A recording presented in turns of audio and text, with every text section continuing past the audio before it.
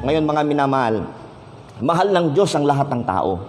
Lahat ng tao ay gusto ng Panginoon na maligtas.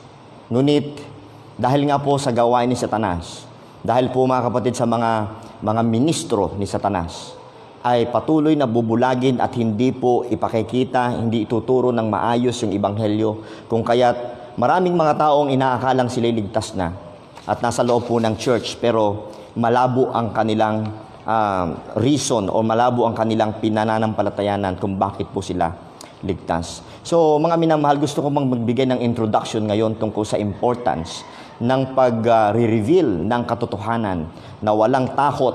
Okay? Anuman po ang maging sanhi nito, mga kapatid, ay gawin po natin na i-expose ang mga kamalian na mga denominasyon sa mga panahong ito na meron pong paggalang at may kaayusan naman. Okay? So hindi tayo makikipagdebate, hindi po natin nais na magyurak ng pagkatao ng isang tao, pero ang nais po natin ay totally hindi mapayagan ang mga bagay na mali na itinuturo po ng marami, mga minamahal. So, mag-pray po muna tayo bago tayo magsimula ngayon pong hapon na ito. Let's pray.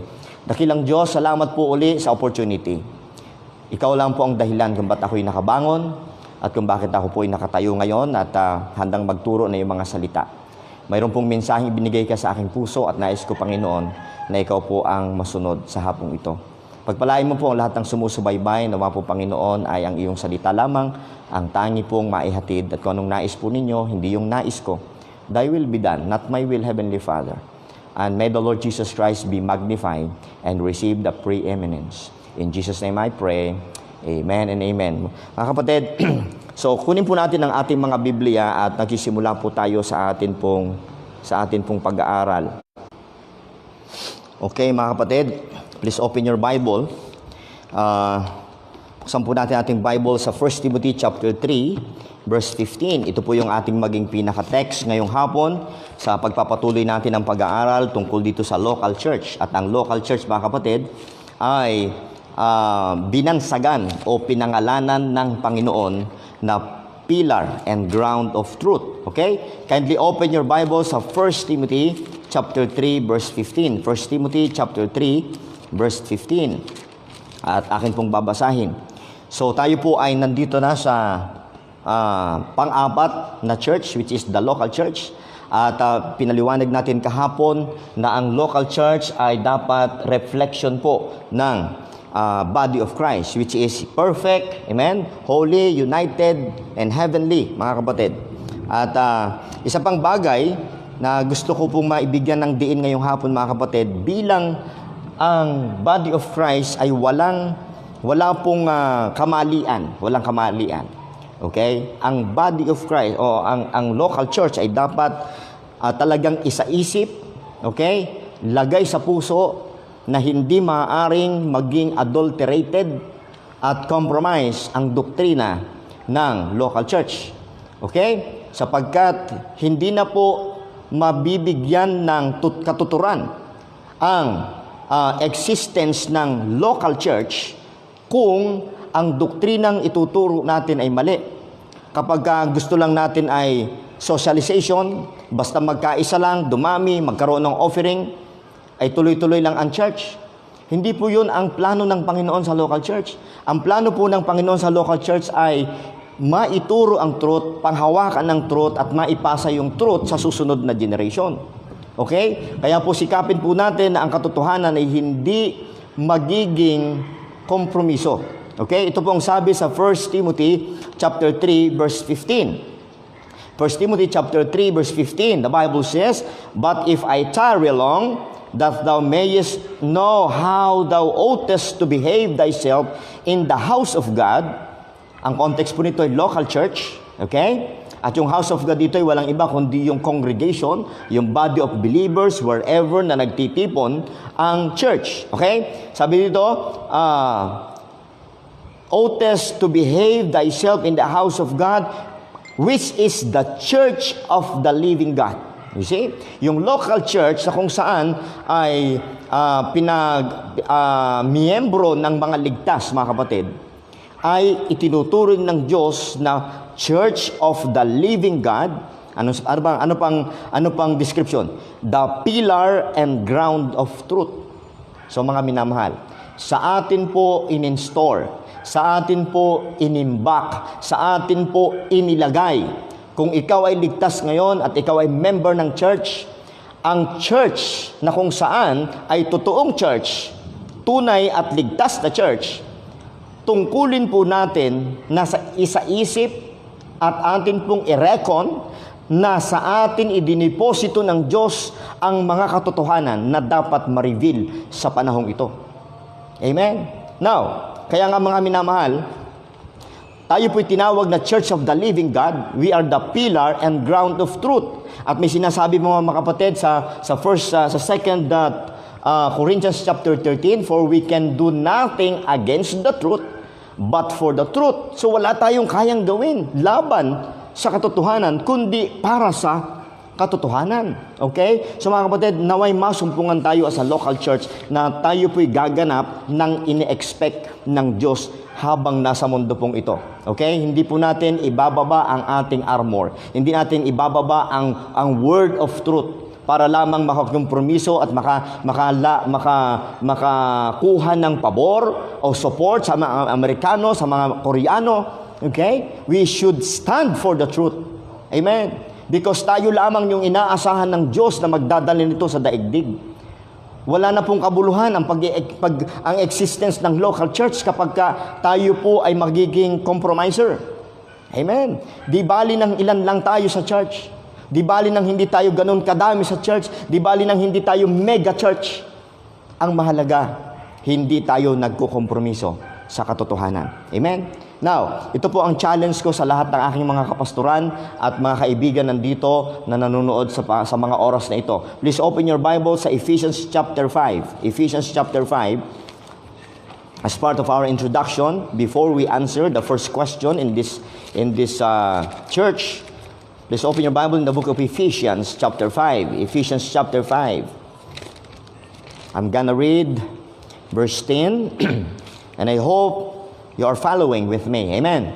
Now, the Bible says in verse 10, Ephesians chapter 5, verse 10, the Bible says, mas maganda, umpisahan po natin doon sa verse 7. Sabi ng Bible sa verse 7, 5 verse 7 of the book of Ephesians, be not ye therefore partakers with them. Okay? Huwag tayong maging kabahagi nila. Sino? Verse 8, for ye were sometimes darkness, but now ye are light in the Lord. Walk as children of light. Both morally and doctrinally, we should not be partakers of the works of darkness, of the devil. Amen. Then ang sabi po din sa verse 8, for ye were sometimes, noon po yun, were ang ginamit, for ye were sometimes darkness, but now ye are light in the Lord, walk as children of light. Amen? Hindi na ho natin pwedeng maalis yung vocation na ito, itong tungkulin na ito. Amen?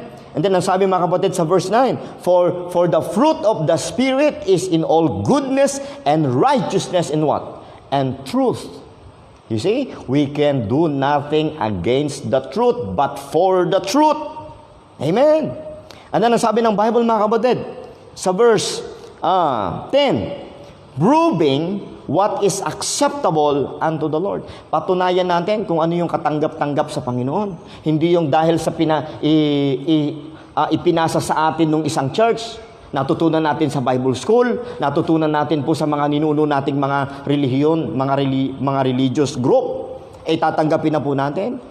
Mga kapatid, dapat magkaroon po tayo ng sensitivity na ang dyablo ay gumagawa at every time may gustong gawin ng dyablo upang baluktutin ang katotohanan. So maaaring ang katotohanan ay tama noong unang generation ng ating church, kung saan tayo nabibilang ngayon. Pero kapag ikaw at ako ay hindi naging mapagmatsyag, okay, at sikapin na i-align at tignan ang Word of God, hindi natin malalaman kung nasa katotohanan pa ba yung tinuturo ng atin pong denominasyon. So we have to be very independent, okay, by searching the Scripture Okay? Ang ating loyalty ay hindi sa Bible school. Ang ating loyalty ay hindi sa ating pastor. Amen. Pero as long as na yung pastor natin ay loyal sa Word of God at loyal kay Kristo, follow our pastor. Amen. Now, anong sabi ni Apostol Pablo dun sa verse 1? Ephesians chapter 5 verse 1. Be ye therefore followers of God as their children. At makikita natin mga kapatid, dun sa ibang kasulatan, ang sinasabi ni Apostol Pablo, especially sa Corinthian believers, follow me as I follow Christ. Kapag ang pastor ninyo ay hindi na sumusunod sa doktrina ni Kristo at sumablay na, mga kapatid, you better, okay, cling, and hold tightly sa Word of God. Okay? Your loyalty, our loyalty should be in the Word of God. Not in our organization, not in our denomination, not in our Bible school. Okay? Ulitin ko, huwag niyo po ako misunderstood. Ang nais kong sabihin, hanggat loyal at tapat, okay, at consistent ang atin pong church, ang ating Bible school sa Word of God, maging loyal tayo. Pero pag hindi na, mas magandang maging loyal tayo sa Word of God. Yun ang tama. At sasabi ng Bible, proving what is acceptable unto the Lord. Verse 11. And have, anong sabi ng Bible? Listen to this. And have no fellowship with the unfruitful works of darkness, but rather what? Reprove them. Amen. Huwag tayong makibahagi. Hindi porke doon ka sinilang, ay nagbago na ang doktrina, doon ka na mamamatay. Ano ka, para kang Katoliko? Dito na ako sinilang, dito na ako mamamatay? Hindi ho tayo ganoon. Amen. Kung anong katotohanan, doon tayo mamatay.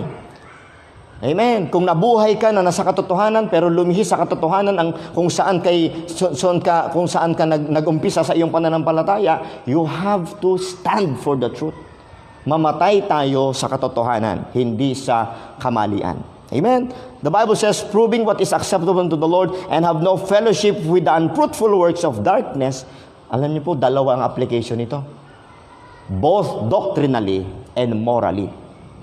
Okay? Ay how much more sa doktrina. Huwag daw tayong makipag-fellowship kapag alam natin na walang biblical basis. We have to study the Word of God and let us stand for the truth. At anong gagawin natin? Not only stand for the truth, but, anong sabi? And have no fellowship with unfruitful works of darkness, and ang sanod. But, rather, what? Reprove them. Ano ibig sabihin ng reprove them? Magkaiba po ang rebuke sa reprove. Ang rebuke with sharp words, sharpness of words. Pag reprove, ito po yung pagkukorek with gentleness. Yun po ang una, reproving, then rebuking. Pag hindi nakinig sa reproof, okay, rebuke ang sunod. Kasi po mga kapatid, ang reprove ay gentle correction. Okay? Now, ang sabi ng Bible, kapag mali ng ginagawa, kapag mali ng doktrina, in good manner, as a Christian manner, mga kapatid, good virtue, let us correct them with gentleness. Gently, mga kapatid. With meekness. Amen? Sabi ng Bible. Okay? Pero hindi po tama na manatiling tikom ang bibig. We have to stand for the truth. Amen? Because ulitin ko, we are the pillar and ground of the truth. Tayo po ang ine-expect ng Diyos na magdadala ng kanyang doktrina sa mundong ito. Tignan niyo kapatid, alam niyo, tinawag tayong body of Christ. You know why? Because ang Panginoong Jesus ay hindi na muling babalik dito sa lupa sa panahong ito upang muling lumakad at magsalita ng truth sa mga tao. Okay? Hindi na po. Nandun na siya sa langit. At kung bakit tayo tinawag the body of Christ? Because we are the very hands, we are the very mouth, we are the very feet, and we are the very body of the Lord Jesus Christ. And we are the one to speak for Him in His behalf. Amen. So, hindi po tayo dapat mangingimi. Hindi po tayo dapat susuko, mga kapatid. Let us reprove. Amen? Kaya po, mag-post ka lang ng tama. Wala ka mang inaatake. Mag-post ka lang ng tama. Magiging obvious yung mga nasa mali. Bakit? Magre-react sila eh. Tinan nyo, mga kapatid, sa verse 13. No, sa verse 12. Sabi ng Bible, for it is a shame even to speak to those things which are done of them in secret. Verse 13, but all things that are reproved are made manifest by the light. Ano nga po tayo? We are now the light. Amen? Sino pong gagamitin ng Diyos para i-expose ang kadiliman? We. Amen? Now, light. Sabi diyan, for whosoever that make manifest, sabi diyan, for whatsoever that make manifest is light. Amen. So ano pong trabaho natin? Not only teaching lang ng teaching, let us reprove. Amen. Lalo na kung nagsasabi na kasama natin sa Baptist Circle. Okay? Lalo pang higit na atin pong i-correct.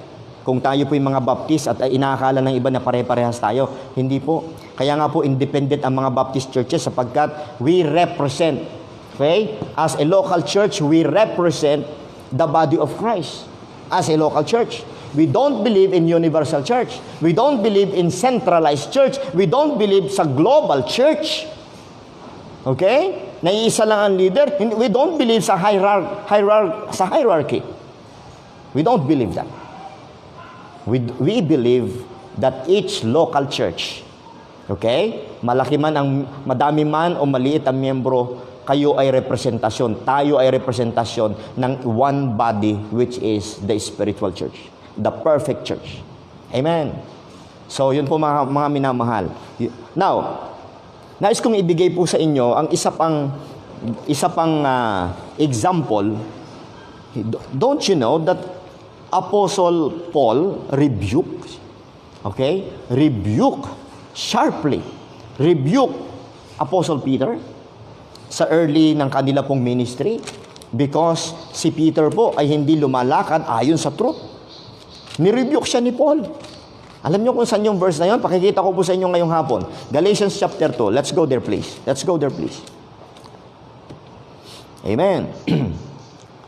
Tingnan niyo po mga kapatid. Galatians chapter 2, verse 4. Ano sabi ng Bible sa verse 4? Galatians chapter 2, verse 4. Sabi niyan, and that because of false brethren. You see, mayroong false brethren. And that because of false brethren, unawares, brought in, who came in privily, to spy out our liberty which we have in Christ Jesus, that they might bring us into bondage. You see that? Mag-ingat tayo sa mga false brethren na pumapasok po na nagkukunwaring totoo pero mali ang dalang doktrina. Okay? At ito po'y naranasan po ng Apostol Pablo. May mga siniran po siya, may mga body of believers sa Galatians, sa Galatia. Ito nga po yung mga simbahan dito sa Galatia. At may pumapasok po sa mga simbahan na tinuruan ni Apostol Pablo, na ni-establish ni Apostol Pablo, at nung nalaman ni Apostol Pablo yun, alam niyo ang kanyang ginawa? Tingnan sa verse 5. To whom we gave place by subjection, no, not for an hour, that the truth of the gospel might continue with you. You see that? Nung malaman po ni Apostol Pablo na merong false brethren na binapaluktot yung mga tinuturo ni Apostol Pablo about the grace of God. And usually, kung babasahin niyo po ang buong aklat ng Galatians, ito yung mga tao na hindi na makarekon, hindi na pumatanggap na wala na sa dispensation of the law. At sikap pa rin ipinapasok yung law of Moses. That's why, makikita po natin dito mga kapatid, sa buong konteksto ng Book of Galatians ay ang pagtutuwid at ang pagpapaliwanag tungkol sa pagkakaiba ng law at saka ng grace. Amen. Now, Tingnan niyo mga minamahal, ha? Ituloy ko yung verse para maunawaan natin ng ating mga tagapakinig. May mga sumusubaybay po sa atin, mga kapatid. At dapat malaman po ninyo. Tingnan niyo po mabuti mga sa verse 5. Sabi ni Apostol Pablo, hindi siya nagbigay kahit isang oras. Okay? Para magpatuloy yung maling katuruan. Kahit isang oras hindi siya nagbigay ng puwang. Bagkus ni-rebuke niya, inayos niya. Tingnan niyo sa verse 6. But of these who seem to be somewhat, whatsoever they were, it maketh no matter to me, God accepted no man's person. For they who seem to be somewhat in conference added nothing to me. Yung conference na tinutukoy natin dito ni Apostol Pablo ay yung conference na naganap po doon sa Acts chapter 15. Kung may pagkakataon kayo, basahin niyo po mamaya. May conference po doon na naganap. At ang issue po doon ay mayroong mga mananampalataya kuno. Okay? Na kumilala sa grace ng Panginoon, pero tinuturo nila silently na, kailangan mong sumunod. Magpa-circumcise ka. Kailangan mong sumunod sa law of Moses para ikaw ay tunay na masave. You see? Yan po yung issue doon sa Acts 15. Yan yung conference na tinutukoy ni Apostol Pablo. Now, tingnan natin sa verse 7. But contrariwise, when they saw that the gospel of the uncircumcision was committed unto me, as the gospel of the circumcision was unto Peter. You see that? Mayroong dalawang gospel na tinutukoy dito. Gospel for the Gentiles and gospel for the Jews. At ang gospel for the Gentiles ay binigay kay Paul, at ang gospel for the Jews binigay kay Peter. Sobrang liwanag. Verse 8. For he that wrought effectually in Peter to the apostleship of the circumcision, the same was mighty in me toward the Gentiles. Na malinaw. Ang ministry, mga kapatid. Okay? Pakita ko sa inyo, ha, para ma-illustrate ko sa inyo, mga kapatid. Okay? Ito si Peter. Yan, sa kingdom. Ito po si Paul. Dapat makita nyo ang pagkakaiba nito, mga kapatid. Si Peter, okay, ay ibinigay ng Diyos na pinaka-leader sa 12, at sila po ay 12 silang lahat, at ito po ay tumutugma sa 12 tribes, okay, of Israel. Okay? Next. Itong kay Apostol Pablo, mga kapatid, isa lang siya. Siya po ang huling apostol. Okay? Hindi si Kibuloy, hindi si Periol, hindi yung nagpapakilala ngayon. Okay? Bakit? Kasi nag-iisa lang siya. Okay? Bakit? Kasi itong one na ito ay para sa one body, which is the church, the body of Christ. So, ang gospel nito ay gospel of circumcision. Ito ay gospel of uncircumcision.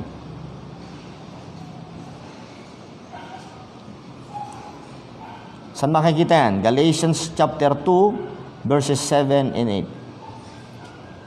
8. Kaya hindi po pwedeng i-mix yan, mga kapatid. Okay? Ngayon, sa Acts chapter 15, si Peter, mga kapatid, ay nagawa na niyang tanggapin yung revelation, yung new revelation na binigay kay Apostle Paul. Kaya sinasabi po ni Peter sa Acts chapter 15 na by grace din ang kaligtasan, at tinanggap nila si Paul. Pero mga kapatid, tingnan niyo po ito, ha, sa Galatians, pagdating sa Galatians chapter 2, doon sa huling mga talata, ni-rebuke ni Paul si Peter. Bakit? Tingnan nyo. Okay? Tingnan nyo.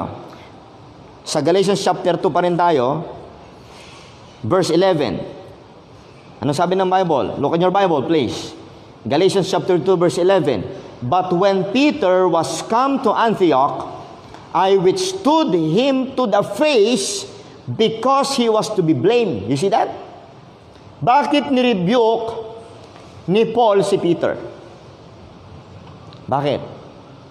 Dahil itong si Peter, nandun pa sa kanyang transition period ng kanyang mind, na nire-reckon pa niya na ang programa ng Diyos ibinigay na kay Paul at wala na kay Peter, wala na sa mga Hudyo, kundi na sa mga Gentiles na, because Paul is the apostle to the Gentiles, to the uncircumcision, and especially to the body of Christ. You see? Now, bakit po? Sabi niyan, ang tindi ng pagkakabanggit, I withstood him to the face because he was to be blamed. Nakita niyo kung gaano katapang si Apostol Pablo? Para lamang ang katotohanan, hindi po makompromise. Kilalang kilala si Peter na siyang pangunahing pinuno ng mga Hudyo sa church ng mga Hudyo sa Jerusalem. So, hindi po pwedeng palambot-lambot si Apostle Paul. At ang sabi niya sa verse 12, for before that certain came from James, he did eat with the Gentiles. Ang tinutukoy ay si Peter. Kumakain daw kasama ng mga hintil si Peter. Okay? But when they were come, nung dumating yung mga Hudyo, okay, hindi akalain ni Peter na darating yung mga Hudyo, anong ginawa ni Peter? He withdrew and separated himself, fearing them which were of the circumcision. So, inihiwalay ni Peter yung kanyang sarili mula doon sa mga Gentiles na dating sinasamahan niya. At ano nangyari? Nagkaroon po ng kalituhan. Tingnan niyo mga kapatid, sa verse 13. And the other Jews dissembled likewise with him, in so much that Barnabas also was carried away with their dissimulation. Verse 14, but when I saw that they walk not uprightly, listen to this, but when I saw that they walk not uprightly, according to the truth of the gospel, yung gospel yan, the gospel of the grace of God, not the gospel of the kingdom, sapagkat ng gospel of the grace of God ay direct na binigay ng Diyos kay Apostle Paul. Ang sabi po dyan, I saw that they walk not uprightly according to the truth of the gospel. I said unto Peter, okay, before them all, if thou, being a Jew, livest after the manner of the Gentiles, and not as do the Jews, why compellest thou the Gentiles to live as do the Jews? So ito yung panahon mga kapatid na hindi pa ganon kaayos po ang pag-walk ni Apostle Peter dun sa truth na binigay kay Apostle Paul na ngayon po ay tinanggap naman ni Peter, pero hindi pa niya ganun katiyak siya. So nandun siya sa transition period ng kanyang understanding about the present dispensation. Pero makita niyo mga kapatid kung gaano po ka-stricto si Apostol Pablo. Okay? Para lamang ang katotohanan ay manatili sa mga Galatians. So ganun din po mga kapatid. Hindi tayo papayag, hindi ako papayag na ang aking mga anak, hindi ako papayag na ang kongregasyong binigay sa akin ng Diyos ay hindi magkakaroon ng very clear understanding about the doctrine of Christ in this dispensation of the grace of God. Amen. Kaya lahat mga kapatid ng doktrina na hindi naaayon sa tinuro ng Apostol Pablo, kaya nga sabi ng Apostol Pablo, teach no other doctrine. Amen. Kapag may nagturo na kontra sa tinuturo ni Apostol Pablo, sabi yan, let us avoid them. Romans 16 verse 17. You see that? But of course, gawin pa rin natin na makakaya nating ipanalangin sila. By all means, ipakita natin ang magandang karakter ng pagiging tunay na nagdadala ng katotohanan. Kasi kung dala natin ang katotohanan, dapat hindi tayo mayabang, hindi tayo maangas, hindi po tayo nagpapakita na tayo lang ang magaling.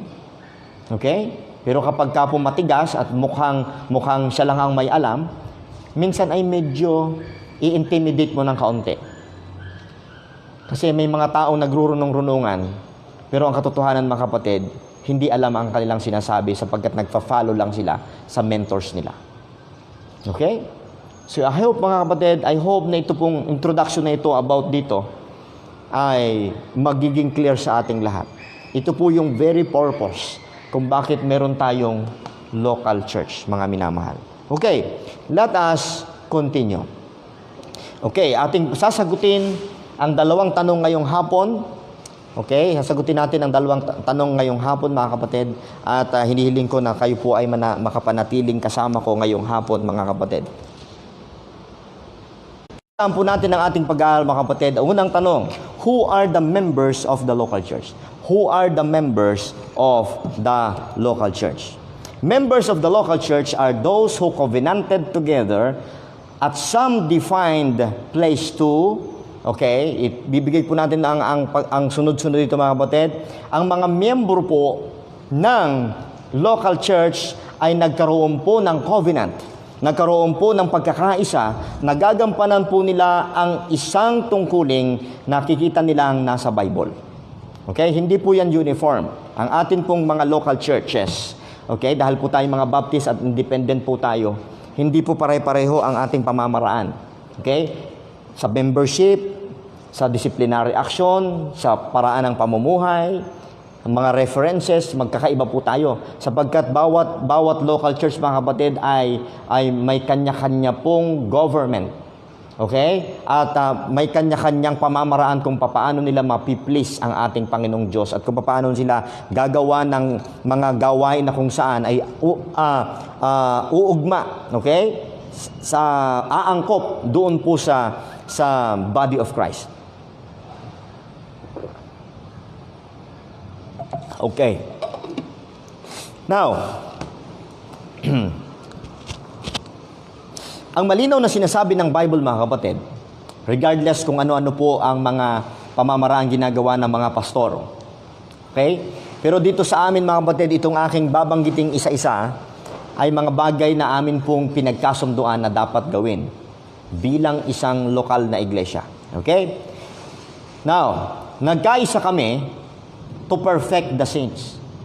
Amen? Nagkaisa kami kung bakit nag-i-exist ang aming simbahan, which is nasa Bible naman, hindi ko na po aangkinin muna. Okay? Ito lang po yung aming ginagawa because ito yung nakita namin sa church. But this is the true teaching of the Word of God, why a local church should exist. Okay? Now, to perfect the saints or to make them mature. To make them mature Christians. Pangalawa, to participate in the work of the ministry. Okay? Una po, pag sinabing to perfect the saints, tumutukoy po yan sa character, sa understanding sa Word of God. Okay? At kapag po sila ay naging maayos na naging ready na sila, naging mature na po sila bilang mananampalataya, they should participate in the work of the ministry.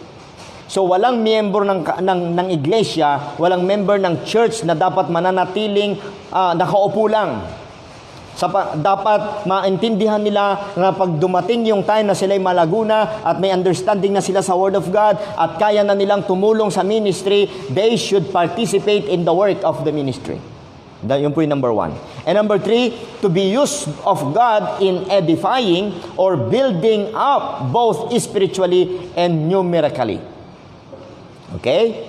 Kapag may kakayahan na po na ang isang dating hindi marunong magbuklat ng Bible, ay ngayon po ay marunong na magbuklat ng Bible at marami nang alam sa Bible. Ngayon, subukan ng pastor, subukan itignan kung may kaya na siyang mag-pray. Okay? Pangalawa, kakaya na niyang mag-devotion, kaya na mag-Bible study. At later on, kaya niya na mag-preach. Hanggang siya maging deacon, hanggang sa dumating sa time na tawagin ng Panginoon, mag-aral po ng Biblia at maging pastor. Amen? To be used of God in edifying, building up, both spiritually and numerically. Minsan po, may mga member tayo sa church, mga kapatid, na wala pong gift sa pagpapastor, pero napakagaling pong mag-share ng Word of God. Napakagaling pong mag-share ng kaligtasan. So hanggang doon lamang po sila. Okay? Yun ang measure nila. At saan po natin makikita yung verse tungkol po sa bagay na yan? Ephesians chapter 4 verse 11 and 12. And He gave some apostles and some prophets and some evangelists and some pastors and teachers. Anong purpose? For the perfecting of the saints. Okay? For the work of the ministry and for edifying of the body of Christ. So mga minamahal.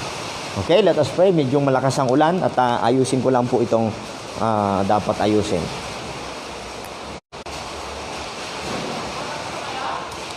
Amen. Sana po nandyan pa rin kayo, mga kapatid. Okay? Now, number 4. Number 1, to perfect the saints. Number 2, to participate in the work of the ministry. Ito yung mga pinagkasunduan na gagawin ng isang local church. Number 3, to be used of God in edifying. Ibig sabihin, nag-a-agree po ang bawat member ng church na dapat willing siyang magpagamit sa Panginoon. Okay? Next, number 4, to keep the ordinances, guidelines for church orderliness that Paul delivered to the local churches. Okay? So nagkasundo po ang isang iglesia.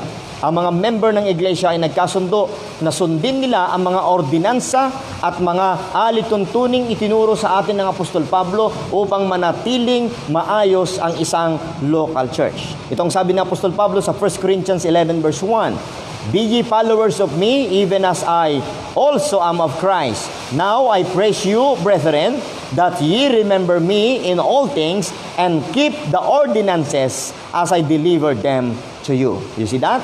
Nakikita natin may mga ordinansa, may mga alituntunin na ibinigay sa Apostol Pablo sa mga iglesyang kanyang itinayo nung panahon pong iyon.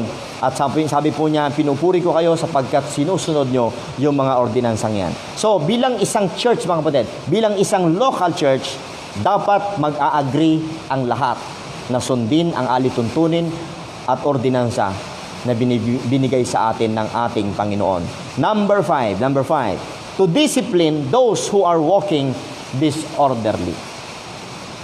Ang pagiging miyembro, mga kapatid, kaakibat po niyan, dapat yan ay nililinaw po bago tanggapin sa membership na kung ikaw ay magkasala at hindi ka susunod sa kalooban ng Diyos at member ka ng church na ito, dapat malinaw sa kanila, mga kapatid, na merong disciplinary action na may pagtutuwid na gagawin sa kanila upang mapanatili ang ang image ng church ng Panginoon.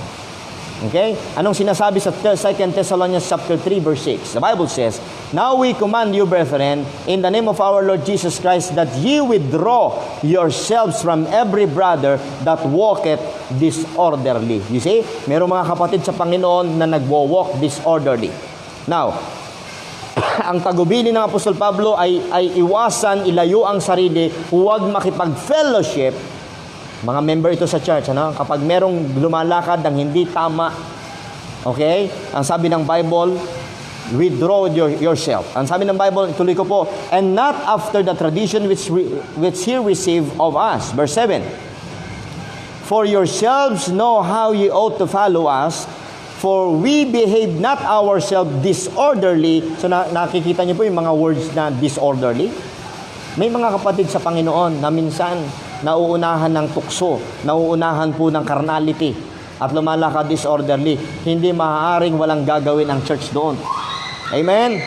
Verse 8, "Neither did we eat any man's bread for naught, but wrought with labor and travail night and day, that we might not be chargeable of you, not because we have not power, but to make ourselves an ensamples unto you to follow us." You see, mga kapatid, alam niyo yung issue dito? Yung context po nito, may mga kapatiran sa Thessalonica na tamad. Okay? At ang sabi ng Apostol Pablo, yung tamad na ganon ay lumalakad disorderly. Bakit? Hindi siya nagiging magandang example sa body of Christ. Okay? At ang sabi ni Apostol Pablo, para tularan nyo ako, sabi niya, para tularan nyo kami, sabi niya, sila daw ay nagtatrabaho, we wrought with labor and travail night and day. You see that? Apostol Pablo yan. Okay? Tent maker siya, nagle-labor siya night and day, at hindi po siya nagtuturo basta-basta sa mga bagong mananampalataya ng giving para sila'y hut-hutan. Okay? Pinapakita ni Apostol Pablo bilang mananampalataya magtrabaho. Itong masakit ngayon. Maraming mga pastor ang tinuruan, okay, na umasa sa Diyos, na huwag magtrabaho. Kaya nasa bago pa lang sa ministry, wala nang ginawa, may mga bagong converts, wala nang ginawa kundi dikdikin sa tithes and offering. Okay? Ngayon, mga kapatid, nasa Biblia po ang teaching tungkol sa offering, tungkol po sa grace giving. Pero nasa Biblia din po ang teaching na kapag bata pa sa pananampalataya ang isang church at nagpapayunir ka, hindi mo kinakailangan dikdikin sila about sa giving. Just teach them. Amen? And be an example to them. Magtrabaho ka. Doon sa amin mga kapatid sa Mindoro, nung ako po'y nagpa-pioneer mga kapatid, pumunta ako sa Mindoro ng 2011. Nag-pioneer po ako ng church doon. May kaunting support ang aking sending church. Pero hindi po sapat sa aking family. At hindi rin po sapat mga kapatid sa akin pong pang-upa sa bahay. Alam nyo mga kapatid, sa halip na ako po ay magturo ng giving at bigdikin ko sa giving and tithing ang mga member po doon. Ako po may kaunting skill sa paggawa ng washing machine, paggawa po ng sa electrical. May araw na namimigay ako ng trucks. May araw na namimigay ako ng flyers. At nakalagay sa flyers na yun, gumagawa po ng kalan, gumagawa po ng washing machine, something like that. Gumagawa po ng electric fan. Alam nyo mga kapatid, binuhay kami ng Diyos. Okay? Nagtatrabaho po ako mga kapatid. Nagtitinda po ako ng ice cream. Nagtitinda po ako ng ice crumble. At hindi ako umasa sa mga miyembro na ako'y pakainin. At ang karamihan po sa amin, nahihiya pagka-pastor ka, nahihiyang magtrabaho. Sapagkat, sabi niya, magtiwala ka sa Diyos, huwag ka magtrabaho. Malihong katuruan yun. Alam niyo kung anong katuruan na yun? Dito po yun, Sapagkat ang mga apostol, iniwanan ang kanilang hanap buhay. Sumunod sa Panginoong Kristo. Okay? Iniwanan ang pamilya. Sumunod sa Panginoong Kristo. Pero sa grace dispensation, mga kapatid, sabi ng Bible, kung hindi mo ma-provide, 1 Timothy chapter 5 verse 8, kung hindi mo ma-provide ang pangangailangan ng family mo, whether you are a pastor or whether you're a member, okay? You are worse than an infidel. Okay? Medyo malakas ang ulan mga kapatid, pero sana naririnig nyo pa rin po ako, mga kapatid. Napakalakas ang ulan po sa labas. At sana hindi maputol. At kung maputol ito mga kapatid, kung saan ako nagtatapos, itutuloy ko po bukas. Okay? So, yun po mga minamahal. Ituloy ko mga kapatid sa verse 10. Verse 10. For even when we were with you, this we commanded you, that if any would not work, neither should he eat. Okay? Ang utos ng Apostol Pablo, kapag tamad, okay, hindi nagtatrabaho, ang sabi ng Bible, dapat hindi rin siya kumain. Okay? You see? Ang issue dito ay katamaran. Hindi ho pangangalon niya. Hindi po pakikiapid. Pero, kailangan disiplinahin. You see that? Kung gaano kahigpit ang local church, dapat. At hindi payagan ang mga bagay at ang mga member na hindi gumagawa ng tama. Kaya nga mga kapatid, sa panahon natin ngayon, kakaunti ng mga miyembro ng mga tunay na tumatayo sa tamang doktrina. Bakit? Hindi na ho kayang masikmura o kayanin ng mga karnal ang tamang katuruan. The Bible says, For we hear that there are some which walketh among you disorderly. May lumalakad ng hindi po tama. Bakit? Working not at all, but are busybodies. You see? Verse 12, sabi ng Bible, Now then, that are such we command and exhort by our Lord Jesus Christ, that with quietness they work and eat their own bread, but ye, brethren, be not weary in well-doing. Verse 14, And if any man obey not, you see it? Listen to this. If any man obey not our word by this epistle, note that man, and have no company with him, that he may be ashamed. Okay? Yet count him not as an enemy, but admonish him as a brother. So makikita nyo mga minamahal, okay? Katamaran lang. May kaukulang disciplinary action. Okay? So dapat maunawaan ng member, kasama sa kanilang pipirmahan, kasama sa kanilang kasunduang tatanggapin bilang maging membro, na dapat sila ay lumakad ng may tayusan. Amen.